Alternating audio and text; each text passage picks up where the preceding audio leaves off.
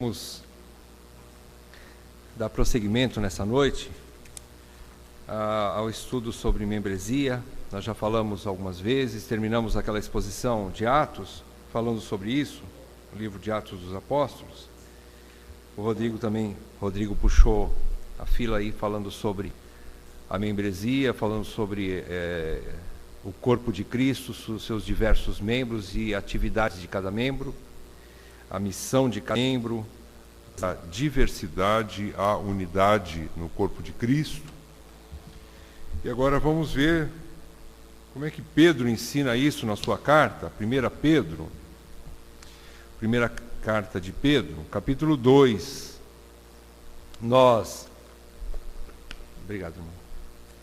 Não vai dar tempo de falar sobre o primeiro capítulo.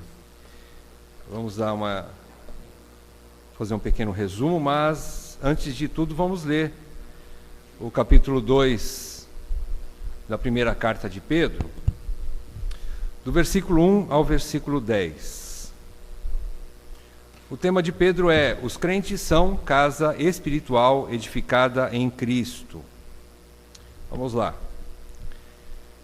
Despojando-vos, portanto, de toda maldade e dolo, de hipocrisias e invejas e de toda sorte de maledicências, desejai ardentemente, como crianças recém-nascidas, o genuíno leite espiritual, para que por ele vos seja dado crescimento para a salvação. Se é que já tendes a experiência de que o Senhor é bondoso, chegando-vos para ele a pedra que vive, rejeitada, sim, pelos homens, mas para com Deus eleita e preciosa. Também vós mesmos, como pedras que vivem, sois edificados casa espiritual, para serdes sacerdócio santo, a fim de oferecerdes sacrifícios espirituais agradáveis a Deus, por intermédio de Jesus Cristo. Por isso está na Escritura: eis que ponho em Sião uma pedra angular, eleita e preciosa, e quem nela crer não será de modo algum envergonhado. Para vós outros, portanto, os que credes, é a preciosidade, mas para os descrentes, a pedra que os construtores rejeitaram, essa veio a ser a principal pedra angular e pedra de tropeço e rocha de ofensa. São estes os que tropeçam na palavra, sendo desobedientes, para o que também foram postos.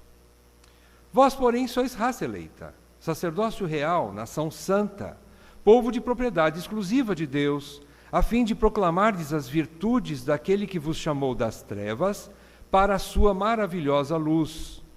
Vós, sim, que antes não erais povo, mas agora sois povo de Deus, que não tinhais alcançado misericórdia, mas agora alcançastes misericórdia.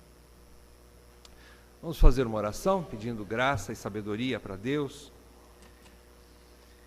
Senhor nosso Deus, Deus tremendo, a quem nós adoramos, a quem confessamos que tememos o Teu santo nome e tributamos a Ti toda a honra e toda a glória, pela Tua grandeza, pois Tu és o Deus que numa simples concha mediu todas as águas de todos os mares. Tu és aquele grandioso que na palma das Suas mãos tem todo o universo, Senhor. Tu és um Deus tremendo, Senhor, que chama as estrelas e cada uma delas vem no seu devido tempo, Senhor. Tu és grande. A quem compararemos o Senhor?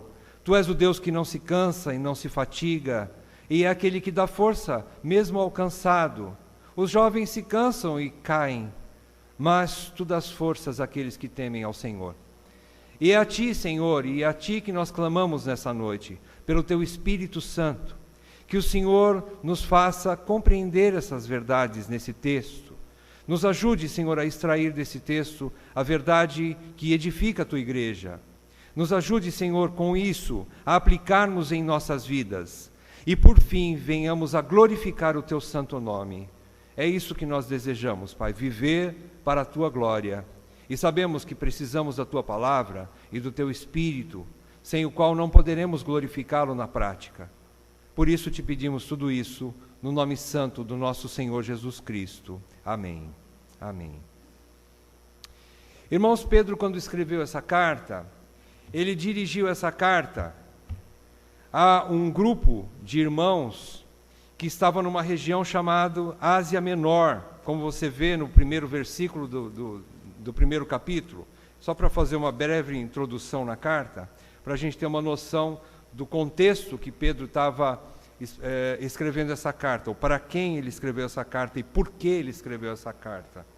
Então ele escreveu para igrejas que estavam em algumas províncias como Ponto, Galácia, Capadócia, Ásia e Bitínia. Essa região era uma região dominada pelo Império Romano, e dizem alguns comentaristas que essa dispersão que esse povo sofreu, como você percebe aí no versículo 1, Pedro chama os eleitos dessa região, que é a região da Ásia Menor, de forasteiros. Eles estavam ali morando, mas eles sofreram essa dispersão. Percebam a palavra dispersão no versículo 1 do capítulo 1. E essa dispersão, alguns dizem que foi provocada pela loucura de Nero, quando naquela época ele propositalmente incendiou Roma, e ele então percebeu que os romanos, os habitantes das cidades ali, ficaram tristes por aquilo que aconteceu, e ele resolveu botar a culpa em alguém. Como bode expiatório, ele colocou a culpa nos cristãos. Ele disse que foram os cristãos que colocaram fogo em Roma. Foi uma grande mentira. E então começou uma grande perseguição, não só em Roma, mas em todas as províncias que pertenciam ao Império Romano. Eles começaram a ser perseguidos, os cristãos começaram a ser perseguidos. Então, por causa dessa perseguição, Pedro, como apóstolo, e principalmente pelo chamado especial que Jesus Cristo fez a ele mesmo, a Pedro, se você pega o capítulo 21 de João, há um chamado maravilhoso de Jesus ali para Pedro. Ele diz ali, depois aquele momento triste na vida de Pedro e dos demais apóstolos, quando principalmente Pedro, ele se sente culpado por ele ter negado o Senhor por 3 vezes ali naquele momento que antecedeu a crucificação de Jesus. Então Jesus já havia dito isso para ele: Pedro, você vai me negar 3 vezes antes que o galo cante.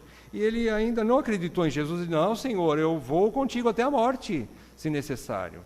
Mas Jesus, e naquele momento, quando então antes do galo cantar, e Pedro, ao negar a 3ª vez, diz a palavra de Deus em Lucas, que ele olhou de longe e os olhos de Jesus, quem sabe a alguma distância, estavam postos nos olhos de Pedro. E quando os olhos de Jesus entraram para dentro de Pedro, diz que Pedro chorou amargamente.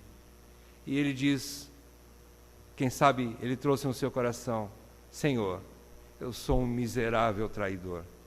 E então ele se decepciona consigo mesmo. E ele volta para a pescaria. Então um dia, quem sabe com aquela tristeza de coração, a decepção por ele ter traído o seu maior e melhor amigo, a quem ele havia dito que daria a própria vida, e ele não fez. E então, com aquela tristeza, ele recebe um chamado de Jesus. Quando Jesus aparece ali na praia e faz aquele braseiro, convida eles a cearem com ele ali na praia. E então Jesus dirige-se a Pedro e diz por 3 vezes a Pedro: Pedro, você me ama? E ele responde: sim, Senhor, eu te amo. Então Jesus dá uma ordem para ele: então apacenta as minhas ovelhas. Quem sabe essas palavras ganharam o coração de Pedro, reanimaram Pedro, e ele volta então com essa graça de Jesus Cristo, ele volta a apacentar o povo de Deus, a igreja do Senhor. E aqui, quem sabe, essa carta, uma carta que fala de esperança. Pedro é tido como João é tido como o apóstolo do amor, Pedro é tido como o apóstolo da esperança. E ele escreve essa carta falando de perseguição e de esperança. E ele fala muito de esperança. Então ele escreve para esses irmãos perseguidos que estavam sofrendo toda essa diáspora, no grego, essa dispersão. Eles estavam sendo perseguidos, esparramados. No grego, esse termo dispersão ou diáspora significa eles estavam esparramados. Eles estavam sendo perseguidos, pelos seus compatriotas. E então, nesse sofrimento, Pedro, pelo Espírito Santo, ele é inspirado a escrever essa carta maravilhosa. E ele então, para apacentar a igreja, para apacentar os crentes na dispersão, especialmente nessa região onde haviam 5 províncias que estavam debaixo do governo romano, ele escreve essa carta maravilhosa. Essa primeira carta, Pedro já havia escrito no início da carta, do versículo 1 ao versículo 12 do capítulo 1, ele já havia dito que eles eram de fato eleitos e verdadeiramente salvos. Ele confirma nesse início da carta que eles eram sim genuínos cristãos, eles eram verdadeiros, a fé deles era genuína. Depois Pedro, já que eles eram verdadeiros crentes, no versículo 13, do versículo 13 ao versículo 21 do primeiro capítulo, ele então exorta, então vivam de acordo com isso, de maneira santa. Do versículo 13 ao 21 você vê isso. E nos últimos versículos do capítulo 1, versículos 23 a 25, Pedro diz que eles, 22 a 25, Pedro diz que eles também deveriam viver em amor fraternal não fingido. Então ele faz uma exortação. Agora ele vai falar, e ele passa a discorrer sobre uma outra exortação, que nós encontramos aqui, que é a vida em comunidade. Serem membros de um corpo, serem membros de um grupo, que chama-se agora igreja. E é isso que ele vai discorrer. Paulo, quando comenta sobre igreja, ele fala muito sobre o corpo, e ele dá ali alguns detalhes sobre o corpo de Cristo.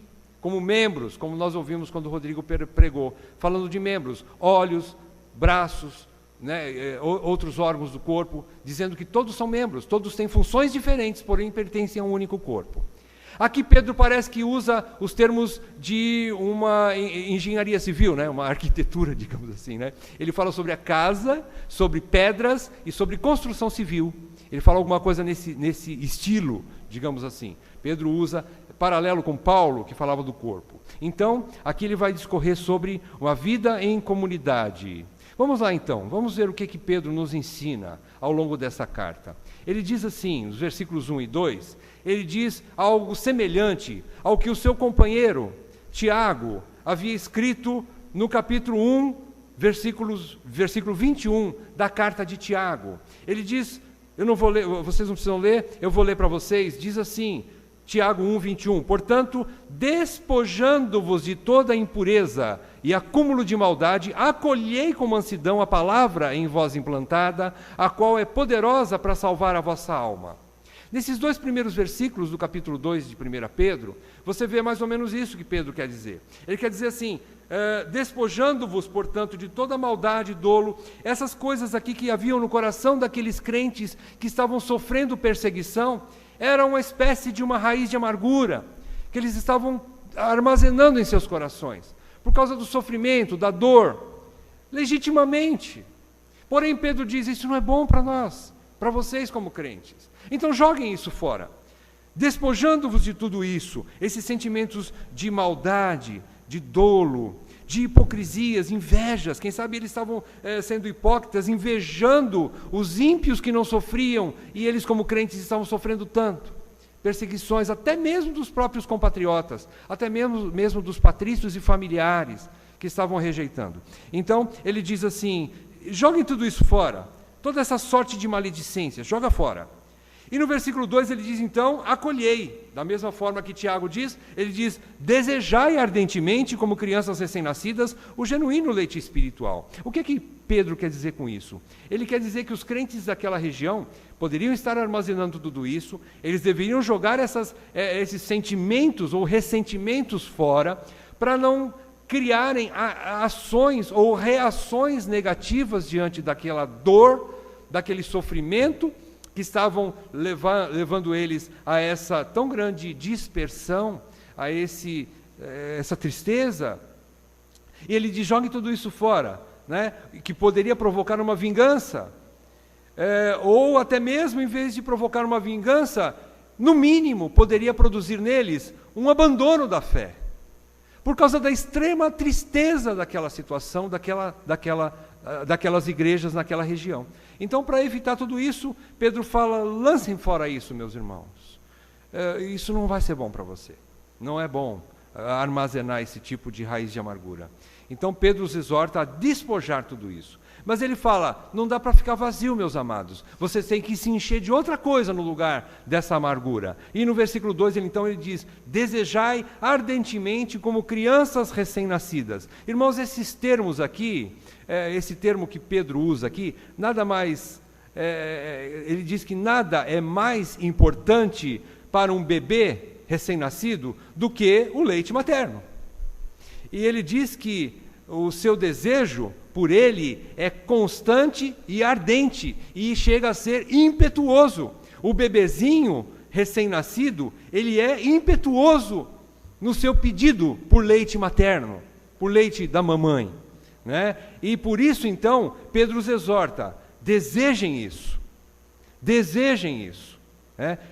Nada pode se substituir, meus irmãos, também quando ele fala de leite, o genuíno leite espiritual, ele está dizendo que nada pode substituir o valor nutritivo desse leitinho para o bebê, e ele compara para o crente com a palavra de Deus, que é o verdadeiro leite espiritual, né? É o verdadeiro leite que eles deveriam desejar. Alguém já havia dito que um bebezinho, se o bebê recém-nascido, ele mantivesse a sua maneira de pensar limitada, um bebê não sabe muita coisa, não é mesmo? Um recém-nascido não tem muita noção.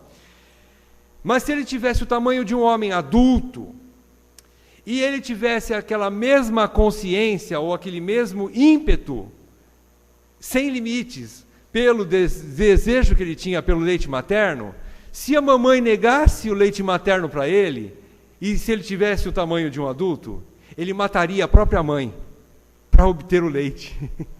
É tão impetuoso esse desejo do bebê pelo leite materno, que se ele fosse grande, ele mataria qualquer um que estivesse na frente dele e que interpusesse entre ele e o TT.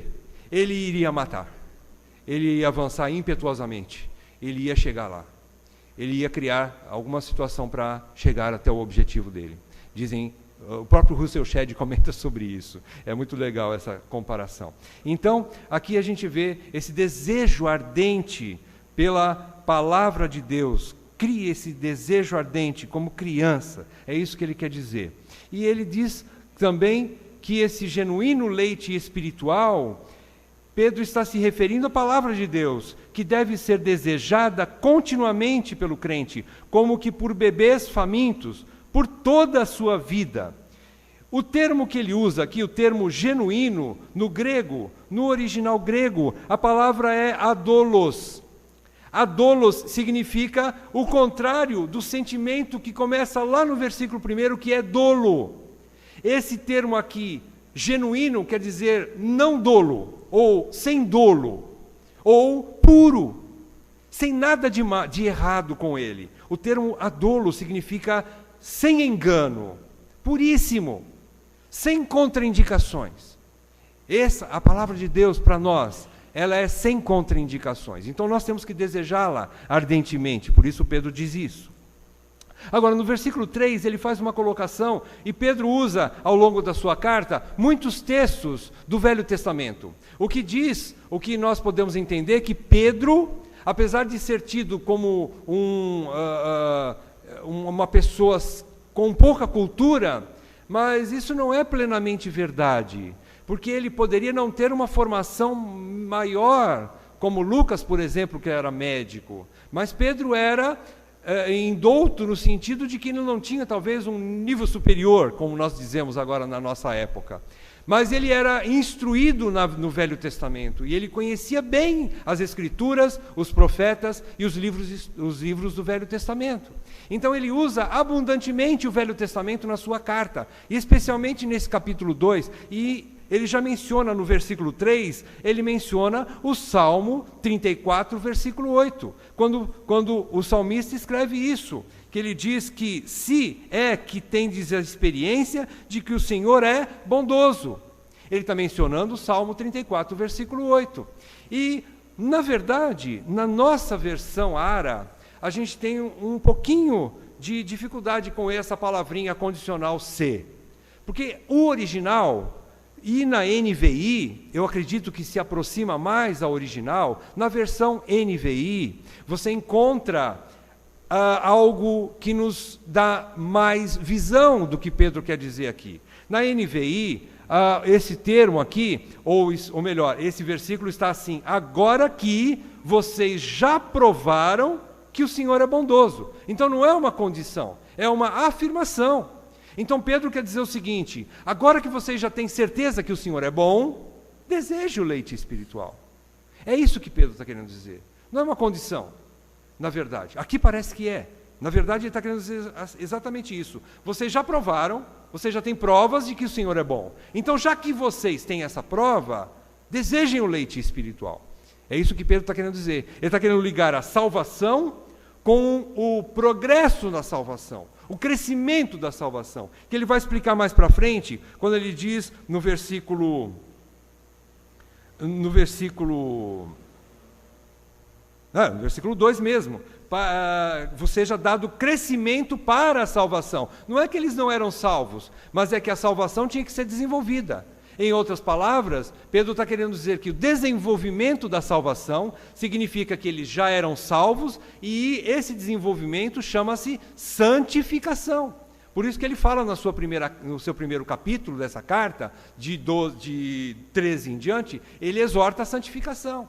Então, o desenvolvimento da salvação nada mais é do que uma vida santa, conduzida pelas Escrituras, regrada pelas Escrituras. Então é isso que Pedro está querendo dizer. Então no versículo 3 é isso que ele diz. Então, fechando nesse primeiro trechinho, desses 3 primeiros versículos, resumindo isso tudo, ele está, em primeiro lugar, dizendo, ele está reafirmando a experiência deles na bondade de Deus em salvá-los. Ele diz: vocês já têm essa experiência. Vocês não são inexperientes quanto à salvação, porque vocês creram em Jesus Cristo. Porque ele diz no versículo 18 e 19 do capítulo 1, ele diz: sabendo que não foi mediante coisas corruptíveis, como prata ou ouro, que fostes resgatados. Mas ele diz no versículo 19, pelo sangue de Cristo, mas pelo precioso sangue de Cristo. Então eles tinham experiência. Pedro está querendo dizer nesses 2 versículos 18 e 19 do capítulo 1, que eles tinham plena convicção de que eles foram resgatados pelo sangue de Jesus Cristo. Então eles tinham essa experiência.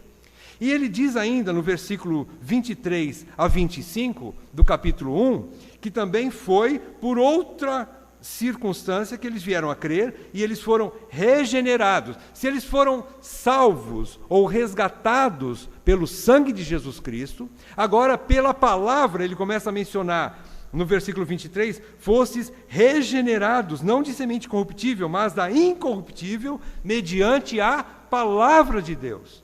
Então Pedro diz: agora vocês têm convicção que vocês são salvos por causa do sangue de Cristo, e que vocês são regenerados ou estão desenvolvendo a salvação, sendo transformados pela palavra, pelo conhecimento das Escrituras. Então, tendo essa convicção, agora ele apela para o despojamento da maldade, para o acolhimento da palavra poderosa que produz crescimento espiritual. Ele resume, seria esse o resumo desses 3 primeiros versículos.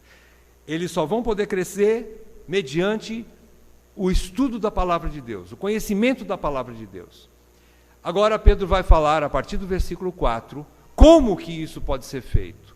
Qual é a maneira que Deus faz com que isso ocorra nos seus eleitos? Como que Deus faz? Então, a partir do versículo 4 até o versículo 10, Pedro passa a discorrer sobre a vida comunitária.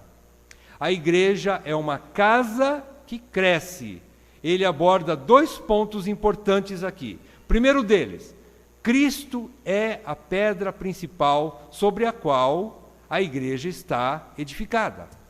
Ele está simplesmente resumindo, ou melhor, ele está falando em outras palavras, o ensinamento que ele teve do próprio Senhor Jesus, no capítulo 16 de Mateus, quando eles conversaram e Jesus pergunta então para os seus discípulos. Primeiro ele perguntou: o que é que estão falando de mim?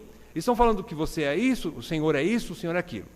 E Jesus então pergunta para os discípulos: e vocês, quem dizeis que eu sou? Então Pedro, como sempre, toma a frente e diz assim: tu és o Cristo, o Filho do Deus vivo. E Jesus então diz para ele: muito bem, Pedro, você teve uma revelação que não é tua, mas meu Pai que está nos céus tu revelou.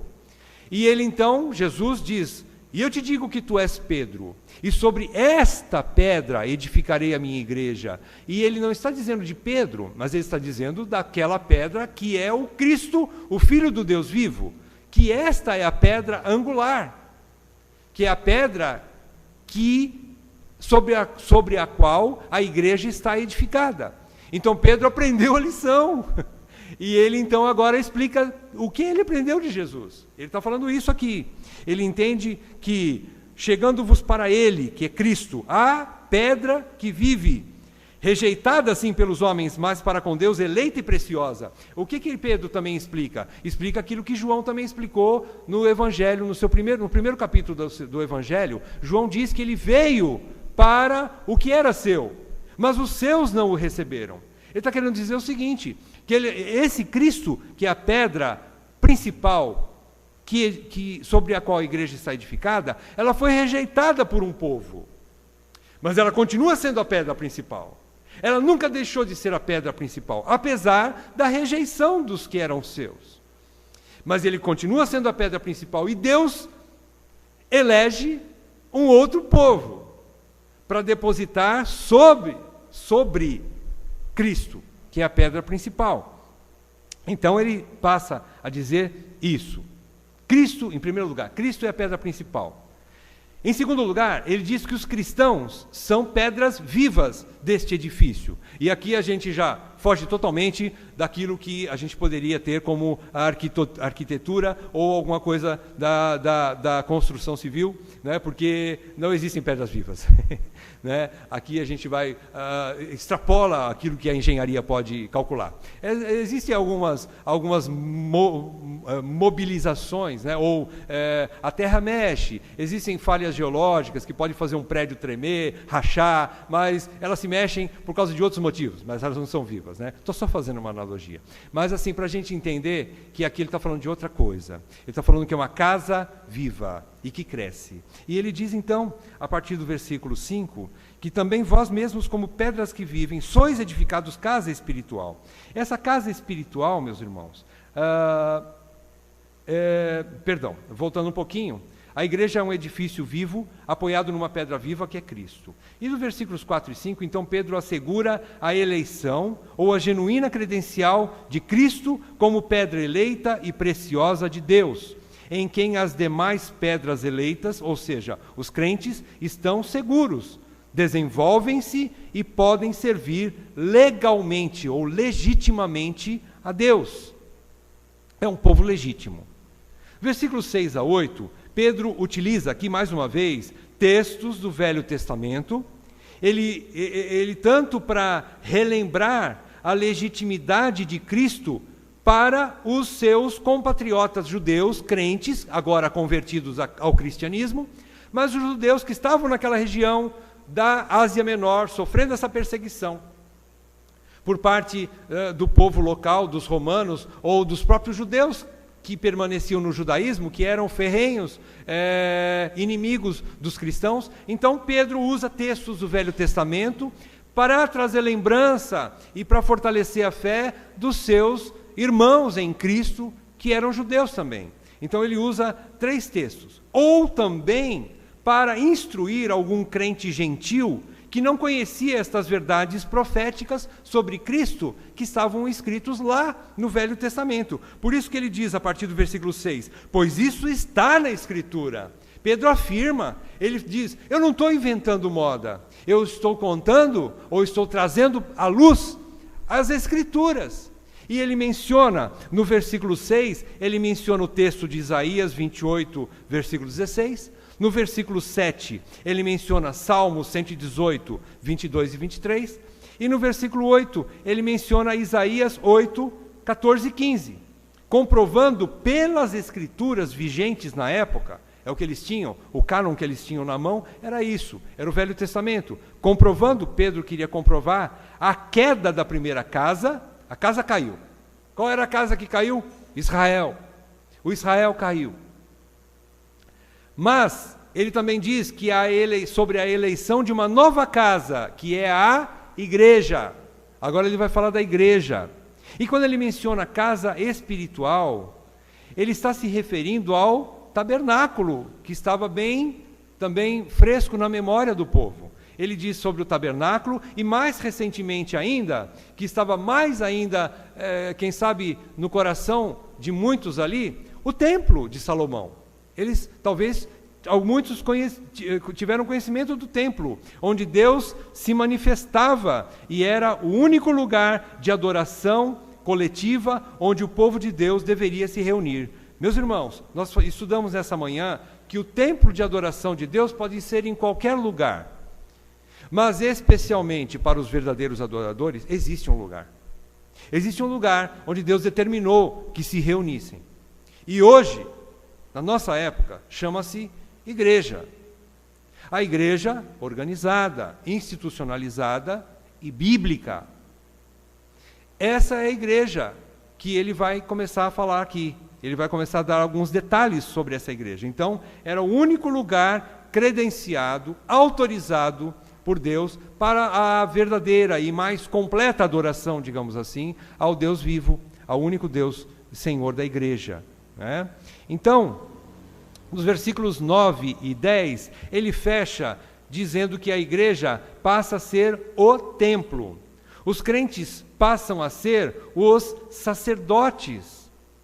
E o crescimento, a edificação, que ele menciona também no versículo 5, né? Vocês sois edificados casa espiritual, com o objetivo de adoração. Ele diz, vocês são sacerdócio, estou falando no versículo 5, né? Vocês são sacerdócio santo, né? A fim de oferecerdes sacrifícios espirituais agradáveis a Deus, por intermédio de Jesus Cristo. Então aqui ele está dizendo que há um povo que adora de maneira autorizada por Deus.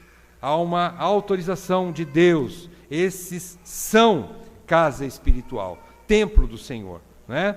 E nos versículos 9 e 10, então ele vai mostrar que esse povo de Deus, ou os crentes que passam a ser os sacerdotes, eles não só são sacerdotes, mas eles estão se edificando mutuamente. E eles prestam serviços. Esses serviços devem estar vinculados a esta nova realidade comunitária. Pedro faz 4 afirmações sobre a igreja, no versículo 9. Ele diz que, em primeiro lugar, ele chama a igreja de raça eleita. Por que ela é raça eleita?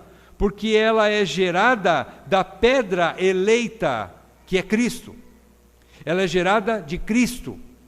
Então, os cristãos gerados em Cristo, Paulo fala muito sobre isso, né? Nele, por meio dele, em Cristo. Paulo fala muito. Então, nós que estamos em Cristo, somos raça eleita, porque nós estamos em Cristo. Então, primeiro ponto que ele diz, vocês são raça eleita, ele está afirmando para a igreja, para motivar a igreja que estava desmotivada por essa perseguição. Em segundo lugar, ele diz que vocês são sacerdócio real, são herdeiros do rei, que ministram, são herdeiros de um reino, e que servem ao Senhor. Vocês têm esse sacerdócio real, ou seja, vocês são herdeiros do rei, vocês são príncipes e sacerdotes. É isso que ele quis dizer, motivando o povo de Deus, motivando a igreja. Em terceiro lugar, ele diz que a igreja é nação santa, ou seja, é uma nação misturada, ou não misturada, perdão, é uma nação separada para um propósito especial, com identidade e costumes próprios. Meus irmãos, a igreja tem identidade própria, ela tem costumes diferenciados, regidos pela luz das Escrituras. Se você não compreende isso, nós precisamos compreender. A palavra de Deus, por isso que nós chamamos a Bíblia a nossa única regra de fé e prática. O que significa isso? Eu não sei. Então você precisa saber o que significa. Em primeiro lugar, você precisa conhecer a Bíblia. Quando você conhece a Bíblia, você vai ser regido por ela. Você vai andar por ela. E você vai glorificar a Deus andando pelos princípios bíblicos. Por isso que ele diz: tomem e bebam, desejem ardentemente esse leite, porque esse leite vai instruir vocês, vai fortalecer vocês e vai dar graça para vocês serem fortes, robustos na fé e viverem de modo digno do chamado, para serem santos como eu sou santo. Como Pedro relembra também um texto do Velho Testamento que Pedro coloca no primeiro capítulo da sua carta, aqui. Então, e em último lugar, em quarto lugar, Pedro chama a igreja de povo de propriedade exclusiva de Deus. O que é que significa isso? Significa que Deus os comprou para ser exclusivamente seu, ou para eles serem exclusivamente seus, e para sempre. De certa forma, o povo de Deus também tem um Deus exclusivamente seu, pois seus cuidados especiais estão sobre eles, sobre a igreja, sobre o povo eleito. Então, Deus é verdade, Deus é Deus de tudo. Deus é Deus de toda a criação. Deus criou todas as coisas e é Senhor de tudo, é óbvio. Mas de uma maneira especial, Ele é Senhor dos seus eleitos. Ou é um Deus exclusivo dos seus eleitos. Ele trabalha para aqueles que nele esperam. Ele é um Deus que está com os seus olhos voltados para aquilo que ele chama de a menina dos seus olhos. Ou ele tem uma atenção especial voltada para a sua noiva. Ele tem cuidados especiais para um povo especial. E esse povo especial pode se dar ao luxo, digamos assim, né, de dizer: nós temos um Deus que é só nosso. Em alguns sentidos, sim. Deus é um Deus que só vai fazer algumas coisas somente em prol dos seus eleitos, somente para os seus eleitos. Então isso é muito consolador. É isso que Pedro está querendo motivar, incendiar de novo o coração daquelas igrejas, motivar aqueles irmãos que estavam abatidos e desalentados. Ele quer esquentar de novo o coração deles, como um apóstolo da esperança. E Pedro também menciona a principal missão da igreja, quando ele fecha o versículo 9, ele diz que há uma missão. Já que vocês são um povo exclusivo e especial, vocês têm uma missão especial. Ele diz: a fim de proclamardes as virtudes daquele que vos chamou das trevas para a sua maravilhosa luz. É semelhante àquilo que Paulo fala aos Colossenses, que ele diz que o Senhor os transportou do império das trevas para o reino do Filho do seu amor. Então, ele está falando exatamente isso. Vocês são um povo que experimentaram essa tão grande salvação. Esse transporte, vocês foram salvos de um reino infernal, digamos assim, das garras do inimigo. E valorosamente, vitoriosamente, Jesus Cristo os resgatou e os transportou para o seu reino. E vocês então têm uma missão de dizer isso para todo mundo. Vocês têm a obrigação de proclamar essas virtudes. O Pedro então está relembrando alguma coisa semelhante também ao que Mateus também fecha o seu evangelho no capítulo 28, versículos 18 a 20, aquilo que nós chamamos de a grande comissão, que é justamente o chamado para não só para ir e fazer discípulos, batizando-os em nome do Pai, do Filho e do Espírito Santo, mas também vos ensinar todas as coisas que Jesus tem ensinado à igreja. O que é que significa isso? Significa que não é só evangelizar, mas é evangelizar, mostrar o caminho da igreja, porque é na igreja que eles vão aprender todas as coisas que vos tenho anunciado. Irmãos, nós temos que ter isso no nosso coração. A missão de evangelismo é parte da missão. Porque o último versículo dessa ordem de Jesus, ali está no imperativo, de Jesus deu essa ordem para a igreja. E ele diz que para ensinar tudo o que vos tenho falado. E estarei convosco todos os dias, até a consumação dos séculos, auxiliando a igreja para dar leite, genuíno leite racional, para os novos convertidos. Essa é a missão da igreja. Não só evangelizar, mas pregar o evangelho. Quando o Senhor assim, graciosamente, salva alguém, esse alguém precisa vir à família de Deus, onde ele vai receber o alimento que vai dar crescimento para ele.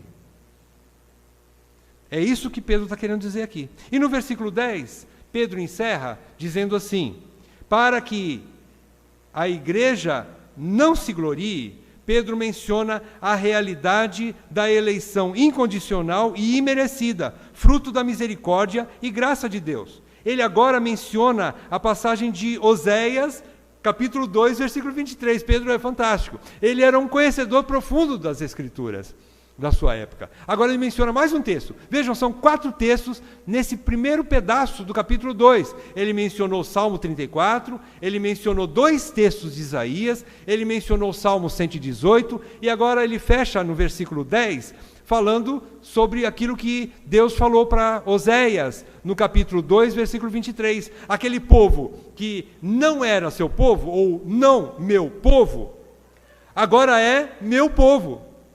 E ele diz no versículo 10, vós sim, que antes não erais povo, mas agora sois povo de Deus. Agora vocês são povo de Deus. Que não tinhas alcançado misericórdia, mas agora alcançastes misericórdia. Pedro está querendo dizer o seguinte: não fiquem desmotivados, vocês são raça eleita, vocês são sacerdócio real, vocês são nação santa, povo de propriedade exclusiva de Deus, e isso motiva o povo. Mas, para que vocês também não se exaltem demais, Pedro dá equilíbrio na situação. Que coisa linda, que sabedoria do Espírito Santo na vida de Pedro. Ele diz assim: vocês são salvos, mas lembrem-se, vocês não são salvos por mérito, vocês são salvos pela graça, vocês são salvos incondicionalmente, vocês são eleitos por causa das misericórdias de Deus. Antes, vocês não eram povo, mas agora vocês são povo. E só são povo por causa da misericórdia de Deus.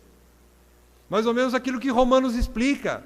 Quando houve a queda de Israel, aquela vara ligado àquela árvore caiu, foi cortada e foi enxertada uma que não era da árvore. E Paulo então diz: não pensem então, por serem enxertados na árvore, que vocês têm alguma coisa para se vangloriar. Vocês não têm nada que se vangloriar, porque se Deus é poderoso para excluir a que é original da árvore e implantar uma que não é original e fazer com que ela viva, Ele também é poderoso para tirar vocês e para colocar de novo aquela que é original. Lembram-se que Paulo fala isso aos romanos? Então, ele está querendo dizer isso: não se vangloriem, sejam humildes, porque na verdade vocês só são eleitos por causa da misericórdia e da graça de Deus. E ele fecha então esse trechinho dizendo isso. Quais as implicações para nós, irmãos, na nossa situação como igreja no século 21? A gente precisa entender o seguinte: algumas implicações aqui que a gente tem percebido, a gente tem ouvido muitos homens de Deus, a gente tem ouvido algumas notícias, que circulam, e o irmão Augusto Nicodemos fala muito sobre isso, Hernandes Dias Lopes, existem outros irmãos bastante sérios, aqui no Brasil, e estão trazendo bastante artigos importantes para nós, e hoje há uma necessidade de nós termos convicção como igreja, de alguns pontos. Por exemplo, em primeiro lugar, o crescimento ou desenvolvimento da salvação só é possível em comunidade. Primeiro ponto que a gente precisa guardar no nosso coração: só é possível em comunidade. Não existe igreja de uma pessoa só. É no culto coletivo, com todos os santos, como Paulo diz no capítulo 3 de Efésios, versículo 18. Ele diz que é com todos os santos que nós podemos compreender quais são as dimensões. Ele fala da altura, da profundidade, da largura do amor de Cristo. E ele mesmo, o apóstolo Paulo, no livro de Efésios, na carta aos Efésios, ele menciona no capítulo 3, que ele mesmo não conseguiria compreender todas as dimensões do amor de Cristo se não fosse com todos os santos. Isso fala de uma coletividade, isso fala de uma vida comunitária.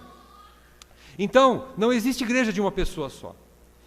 Então, no culto coletivo com todos os santos, que conhecemos mais de Deus e amadurecemos, irmãos. É no culto coletivo. Ah, mas então eu não preciso estudar a Bíblia em casa? De jeito nenhum. Você precisa estudar porque você é um crente genuíno. E como crente genuíno, você deseja o leite genuíno. Não é verdade?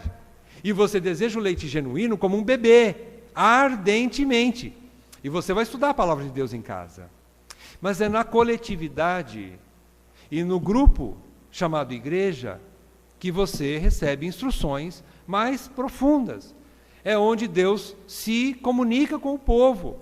Nós não estamos falando de homens. O homem não presta. O homem não está aqui para falar palavras de homem. Nós simplesmente somos condutores da palavra de Deus. Nós não estamos nos apoiando em sabedoria humana. Nós estamos nos apoiando em sabedoria das Escrituras, sabedoria que vem do alto. Então a igreja está posta em Jesus Cristo e na sua palavra. Mas é através do culto que nós conhecemos um pouco mais de Deus e da maneira com que nós nos relacionamos com Deus.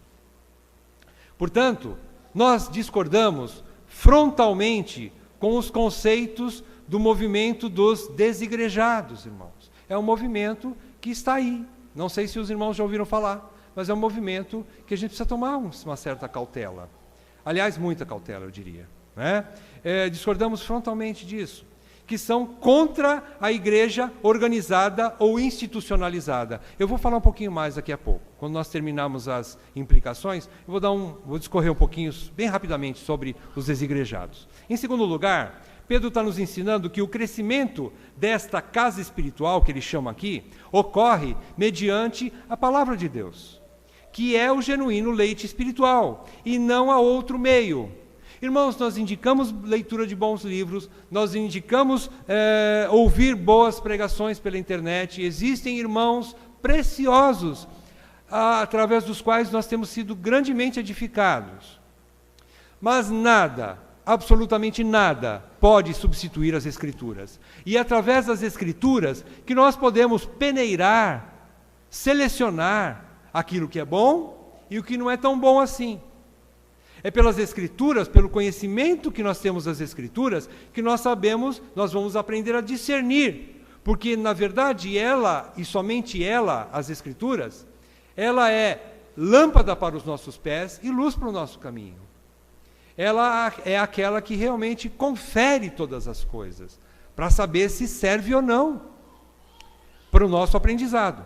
Então, a casa espiritual só cresce por causa da palavra, mediante a palavra de Deus. Terceira implicação do que Pedro falou. Ele diz que a pedra é Cristo, e nós crentes somos pedras vivas, se estivermos nele. Isso ficou bem claro aqui. Só há crescimento espiritual em Cristo, e estar em Cristo implica estarmos no corpo de Cristo.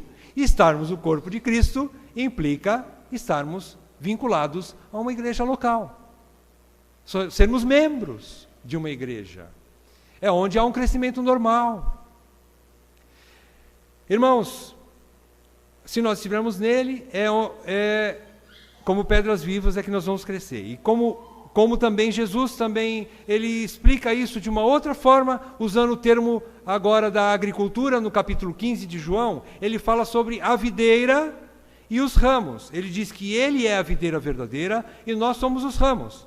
E se estivermos nele e dermos fruto, ele o poda para que dê mais fruto. E ele então, várias vezes ao longo do capítulo 15 de João, Jesus diz: permanecei em mim. Então é isso que ele está querendo dizer. Os crentes são edificados por Cristo e edificam-se mutuamente no corpo de Cristo. Nós somos usados por Deus para nos edificar mutuamente. Essa é a missão da igreja também, de edificar-se. Por exemplo, se você pega Hebreus capítulo 10, versículos 24 e 25, há uma exortação do autor da carta aos Hebreus, e ele diz: consideremo-nos também uns aos outros para nos estimularmos ao amor e às boas obras. Não deixemos de congregar-nos, como é costume de alguns. Antes, façamos admoestações. E tanto mais quanto vedes que o dia se aproxima. O que é que o autor da carta aos Hebreus está querendo dizer? Ele está querendo dizer que se nós não congregarmos, nós não vamos conseguir nos estimularmos mutuamente. Como é que eu sou estimulado? Pela vida de vocês. Vocês são estimulados pelas vidas uns dos outros. Nós somos estimulados por causa dessa mutualidade que existe no corpo de Cristo, que é a igreja. Não dá para ser feito de uma maneira geral. Como igreja militante, ainda ela é repartida geograficamente. Não cabe, por exemplo, num único lugar, todos os crentes atuais, vivos no século XXI. Aqui no único lugar. Não cabe todos os crentes aqui. Um dia vai caber, lá na glória. E aí nós chamamos de igreja triunfante. Né? Mas a militante, ainda ela é repartida em grupos menores, pequenos, que se autoajudam, ligados todos a Cristo e guiados pela palavra de Deus, todas. Toda a verdadeira igreja é guiada dessa forma. Então, aqui ele está querendo dizer isso. Só há estímulo mútuo, só há estímulo ao amor e às boas obras se estivermos congregando, se estivermos ligados a um corpo. Em quarto lugar, a igreja hoje representa o Israel do Velho Testamento. Deus só tem um povo. Lá no Velho Testamento era o Israel de Deus. Hoje é a igreja. Hoje é a igreja. Então vejam, Pedro está querendo dizer isso. Deus só é representado por um povo. Todo o nosso culto e serviço a Deus são os únicos modos de representar Deus diante do mundo ou de proclamar suas virtudes ao mundo. E quem faz isso é o povo de Deus, que hoje é a igreja. Essa comissão, esse mandato, ide pregar o evangelho, e não só isso, ensinando-os todas as coisas, cabe à igreja. Cabe à igreja fazer isso. Hoje é o povo de Deus eleito e autorizado, né, credenciado para isso. Em último lugar, a última implicação aqui do texto, mesmo sendo rejeitados pelo mundo, somos eleitos, amados e totalmente ligados exclusivamente a Deus. Fomos adotados por Ele, mediante o sangue precioso de Jesus Cristo, o primogênito do Pai. O que nós queremos dizer com isso? Queremos dizer que, mesmo sendo legítimos, mesmo sendo credenciados, mesmo sendo povo eleito, isso não nos isenta de perseguições. Isso não nos isenta de sermos rejeitados pelo mundo. Aliás, essa é realmente uma das provas de que nós somos eleitos. Essa é a prova, quando o mundo nos rejeita. Falando então rapidamente sobre os desigrejados, a gente tem que entender que hoje é necessário defender a igreja biblicamente institucionalizada por causa desta nova forma de ataque contra ela, que é o movimento dos desigrejados. Existe essa necessidade hoje de defender a igreja do Senhor Jesus Cristo, a igreja organizada do Senhor, por causa desse movimento chamado desigrejado. Mas, por outro lado, a gente precisa compreender também que precisamos denunciar a própria instituição corrupta ou o lado corrupto da igreja moderna organizada. Porque, infelizmente, irmãos, isso é uma realidade. Existe sim a igreja chamada organizada, porém corrompida, que prega um falso evangelho e que não anuncia as virtudes daquele que nos chamou das trevas para a sua maravilhosa luz. É um outro evangelho. Eles estão anunciando outra coisa. Então existe esses dois lados: defender a igreja organizada de maneira correta e bíblica, mas também denunciar aquela que é falsa, embora seja organizada também. Vamos falar sobre os desigrejados rapidamente. Estatísticas recentes mostram que 20% dos evangélicos brasileiros se dizem desigrejados. Em primeiro lugar, o que significa os desigrejados? São alguns que abandonaram a fé por completo, apostataram de vez, não querem mais o Senhor, não querem mais a igreja, não só a igreja, mas não querem nem Cristo mais, não querem mais a Deus, e apostataram de vez, abandonaram definitivamente a fé. Uma parte dos desigrejados são esses. A segunda parte, ou outros, mantém ainda a fé, porém estão decepcionados com a igreja que conhecem como organização. Não querem fazer parte de um hall de membros, nem se submeter a um ministério local, por causa de traumas passados. Esses, meus amados, eu diria para vocês, que se encaixam naquela exortação de Judas, quando Judas escreve a sua carta, nos versículos 22 e 23, ele diz: vocês que estão firmes na sua fé genuína, busquem aqueles que estão duvidosos e resgate-os do fogo. Aqueles que estão duvidosos. Então existem irmãos que estão decepcionados com a igreja, mas existe uma maneira de buscá-los. São desigrejados, mas não abandonaram a fé. Eles estão confusos, como Judas diz, eles estão duvidosos. A princípio parece desculpem a comparação, mas como aquele cachorro que foi atropelado, ele está parcialmente mutilado ali na beira da calçada, mas quando você põe a mão para ajudá-lo, ele vai tentar te morder, por causa da dor que ele está sentindo. Ele não sabe que ele precisa de ajuda, ou melhor, ele não sabe como reagir. Alguns estão assim, e precisamos de sabedoria para resgatá-los. Essa é a segunda parte dos desigrejados. E a terceira, que ameaça a igreja, na verdade, é uma parte desses desigrejados que começam a defender a ideia de que a igreja organizada é um fracasso. Dizem que só saindo da igreja organizada é que se encontra Deus. E pregam um cristianismo sem igreja, ou um Cristo sem sua noiva. É o que eles pregam. Estes se reúnem em casas ou lugares abertos. Dizem que a igreja verdadeira não tem templos, não tem estatutos ou confissões de fé, não tem CNPJ, nem registros legais diante do governo.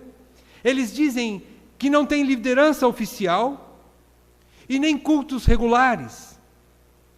Se alguém quiser saber mais alguma coisa mais detalhada, eu tenho alguns artigos que a gente pode depois se comunicar e mandar para vocês por e-mail, para vocês poderem ter mais detalhes. Mas eu queria fechar esse raciocínio e dizer para vocês o seguinte: um dos motivos disso é a desilusão provocada pelo neopentecostalismo ou corrupção em igrejas que prometem muito e não podem cumprir. Isso desmotiva qualquer um. Igrejas que prometem muito e não cumprem. Então provoca isso. Apesar de que algumas ovelhas famintas têm procurado igrejas que oferecem o genuíno leite espiritual. Existem ovelhas, sim, que são famintas. E elas não estão propriamente atrás da visão reformada. Muitos estão dizendo assim: gente, houve um crescimento de muitos irmãos que migraram para igrejas que têm uma visão reformada. Boa parte desses irmãos não estão indo atrás da visão reformada. Eles estão indo atrás do leite que ele precisa. Ele está buscando ardentemente o leite genuíno. Ele está indo atrás da palavra de Deus. Ele está indo atrás do alimento que está fazendo falta. Ele está anêmico. E por causa dessa anemia e da fome que ele tem, ele vai atrás da palavra. Ele talvez não saiba, aqui se prega o calvinismo, ou alguma coisa semelhante. Ele está querendo comer, gente. Ele está com fome. E é por isso que eles vão atrás da igreja. Parte desses irmãos. Não é? Então, só para a gente ter essa visão um pouco superficial, se alguém quiser mais detalhes, como eu falei, depois a gente pode se comunicar. Mas aqui, então, fechando, Pedro nos exorta, para que nós estejamos como igreja, reunamos como igreja, precisamos da igreja. Nós, sem a igreja, nós podemos perecer. Pereceremos, se não estivermos ligados a uma igreja. Então, aqui começa, então, a gente aprofundar um pouco mais nosso estudo sobre membresia. A gente vai fazer um estudo, não sei quantos domingos aí, mas a gente vai dar uma sequência, para que a gente tenha um raciocínio um pouco mais amplo a respeito da membresia, da necessidade de ser membro oficial de uma igreja local. O porquê de tudo isso, a gente vai abrir mais, né? E a gente vai, assim, tendo mais convicção da nossa posição como membro de uma igreja. E valorizar a igreja de Cristo verdadeiramente. Amém? Vamos fazer uma oração? Senhor, nós somos gratos pela Tua palavra, que é a verdade. A Tua palavra santifica a Tua igreja. E é isso que nós desejamos nessa noite. Que a Tua palavra esteja convencendo os nossos corações a respeito da realidade da vida da igreja, da necessidade de uma igreja organizada biblicamente, e que nós estejamos assim descansados, Senhor, numa igreja. Senhor, nós te agradecemos porque temos uma boa igreja. Nós não temos a melhor igreja, mas nós temos uma igreja que busca, que foi salva e unicamente deposita a salvação sobre Jesus Cristo e sobre o sangue derramado na cruz, não em mérito algum. E da mesma forma também te agradecemos por essa igreja que sabe que o alimento precioso é a tua palavra. E por isso nós nos alegramos pela misericórdia do Senhor que nos alcança. Nós que não éramos povo, mas agora somos povo de Deus. Então, Pai, por favor, pedimos a Ti, continue alimentando-nos com o genuíno leite espiritual. Nós te pedimos isso para o nosso crescimento e para que venhamos a glorificar o Teu nome. Nós te pedimos tudo isso com gratidão, em nome do nosso Senhor Jesus Cristo. Amém. Amém.